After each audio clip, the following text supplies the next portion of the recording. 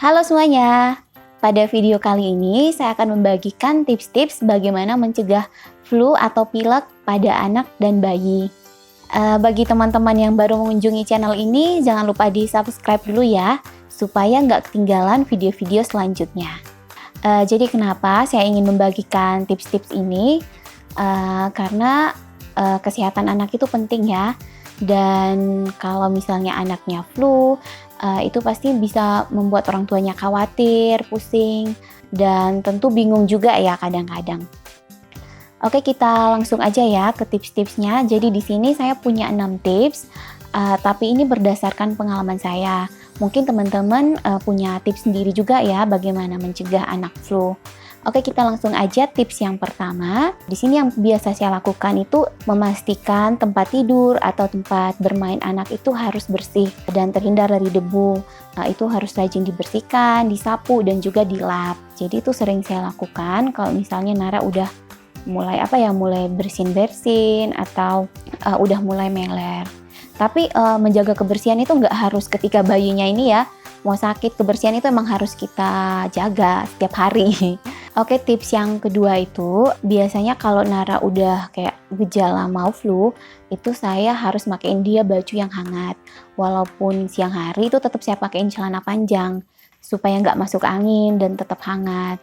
Tips yang ketiga itu kalau misalnya udah mulai bersin atau gejala flu seperti tadi, itu saya usahakan mandi sorenya Nara itu nggak terlalu sore. Apalagi kalau misalnya cuacanya mendung ya, itu mungkin jam 3-an saya udah mandiin Nara. Jadi kenapa mandiinnya tuh lebih awal itu biar nggak kedinginan. Karena kan kalau kedinginan itu bisa cepat masuk angin juga. Selain itu juga kadang-kadang nih kalau Nara udah meler, saya tuh nggak keramasin. Saya nggak keramasin tapi itu maksudnya sorenya. Nanti saya keramasinnya besok paginya. Ya nggak apa-apa lah ya. Keringetan dikit, nggak keramas daripada malah bayinya sakit atau langsung flu. Lalu tips yang keempat dari saya itu biasanya sehabis mandi itu saya selalu balurkan ke badan Nara itu minyak-minyak hangat. Jadi ada macam-macam ya minyak yang bisa dipakai, mulai dari minyak telon dan lain sebagainya. Tapi untuk Nara saya tuh seringnya pakai minyak gosok Dwaya Dewi. Itu biasanya saya pakein sehabis mandi dan juga pas mau ganti diapers. Itu supaya Naranya nggak kembung, supaya nggak masuk angin, jadi nggak bakal flu. Oh ya, bagi teman-teman yang mungkin mau tahu minyak Dwaya Dewinya, mungkin bisa cek linknya di sini ya. Saya udah sempat bikin video tentang review minyak Dwaya Dewi, bisa dicek di sini. Oke, lanjut ya, tips yang kelima, itu bagi yang bayi yang masih menyusui ya, ibunya tuh harus benar-benar jaga kondisi juga. Kalau misalnya anaknya udah mulai meler, udah mulai bersin-bersin, itu ibunya juga usahakan mandinya jangan terlalu sore. Dan juga jangan mengkonsumsi yang dingin-dingin ya, apalagi kayak es gitu. Malah sebaiknya ibunya juga minum jamu atau minum yang hangat-hangat. Karena kan anaknya masih menyusui. Dan tips dari saya lagi, biasanya saya kalau misalnya Nara itu udah meler atau nggak enak itu saya biasanya rebus kunyit. Rebus kunyit itu saya minum sama madu. Dan itu ngefek ya di saya karena biasanya saya yang masuk angin tapi itu Naranya nggak sampai anget. Karena saya konsumsi kunyit dan madu. Oke, kita lanjut ke tips yang keenam. Tips yang keenam itu saya biasanya menggunakan diffuser. Nah, dan diffuser ini saya menggunakan essential oil dari Young Living. Itu ada yang aroma peppermint, lemon biasanya yang saya pakai, dan juga yang tea. Cuman kalau misalnya Naranya lagi flu atau meler atau hidungnya lagi kesumbat, saya biasa gunain yang peppermint. Memang sih saya campurin sama essential oil lainnya, tapi saya biasa banyakin essential oil yang peppermint. Dan itu ngefek banget di Nara karena biasanya tidurnya langsung pulas.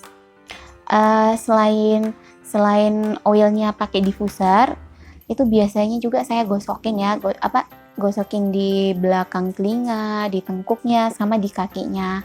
Kadang kayak saya uapin dikit juga supaya aromanya tuh terhirup, jadi pernafasannya tuh plong. Jadi itu ya, saya juga menggunakan essential oil selain menggunakan minyak-minyak yang hangat lainnya. Ngomong-ngomong tentang essential oil ya dan diffuser nih, saya rencananya mau bikin video juga tentang essential oil yang sering saya pakai, khususnya yang dari merek yang Living. Nanti kalau udah ada videonya bisa cek linknya di sini ya. Oke, ini ada tips tambahan nih buat teman-teman yang udah nyimak sampai akhir ya. Ini tips dari Engkong ya, dari opanya Nara. Jadi biasanya kalau Nara udah meler atau hidungnya tersumbat, itu biasanya di kamar ditaruh irisan bawang merah ya. Bawang merah itu diiris halus, diletakkan, dilepek lah di piring kecil, lalu itu diletakkan di kamar di dekat tempat tidur. Katanya sih bawang merah yang udah diiris dan diletakin di dekat kamar itu bisa nyerap virus atau bakteri-bakteri di sekitar kita, apalagi yang lagi flu atau yang emang yang lagi gejala flu seperti itu. Dan juga kan bawang merah itu hangat, jadi kan mungkin bisa melegakan pernafasan juga. Tapi ini sih ini sih mitosnya ya. Untuk faktanya saya belum tahu, mungkin kita perlu searching lagi. Tapi ini ngefek juga di Nara, karena setiap naruh irisan bawang di kamar, emang itu sih ya lebih plong aja sih nafasnya. Jadi Nara tuh biasanya kena flu itu karena tertular dari saya ya. Biasanya saya yang flu, begitu dekat Nara itu Nara udah mulai bersin-bersin. Tapi begitu di kamar ditaruh bawang merah, itu kok kayaknya Nara nggak sampai cuman meler aja, nggak sampai yang bener-bener langsung flu, enggak. Jadi nih ya, bagi mama-mama juga yang punya anak bener-bener harus jaga kondisi tubuh. Karena ya kalau kita sakit, takutnya malah anak kita ketularan. Oke teman-teman, jadi demikian ya tips-tips dari saya bagaimana mencegah flu. Jadi itu kita bisa rajin membersihkan kamar atau area bermain anak. Selain itu kita juga harus tetap memakaikan anak itu pakaian yang hangat ya, supaya nggak masuk angin. Terus kita juga harus menjaga kondisi tubuh kita ya untuk ibu, apalagi bagi anak yang masih menyusu. Kita juga bisa menggunakan minyak-minyak yang hangat supaya bayinya tetap hangat dan nggak kedinginan. Terus mandinya juga nggak kesorean. Dan kita juga mungkin bisa menggunakan diffuser. Lalu bisa juga kita menggunakan irisan bawang. Jadi banyak banget ya yang bisa kita lakukan untuk mencegah bayi flu. Dan teman-teman mungkin bisa mencoba tips-tips tadi ya. Dan semua itu tergantung ke bayinya juga. Apakah cocok atau enggak. Oke teman-teman, demikian ya video ini. Semoga tips-tips tadi bermanfaat, apalagi bagi teman-teman yang mempunyai bayi. Jika teman-teman menyukai video ini, teman-teman bisa klik like ya. Kalau teman-teman merasa video ini bermanfaat, bisa di-share juga di sosmed teman-teman. Dan jika teman-teman ingin sharing, ingin berbagi pengalaman atau ingin menambahkan kira-kira tips apa lagi nih yang bisa dibagikan, teman-teman bisa tulis di kolom komentar di bawah. Jangan lupa klik subscribe dan nyalakan tombol loncengnya supaya nggak ketinggalan video-video lainnya. Terima kasih sudah menonton dan sampai jumpa di video selanjutnya. Dadah!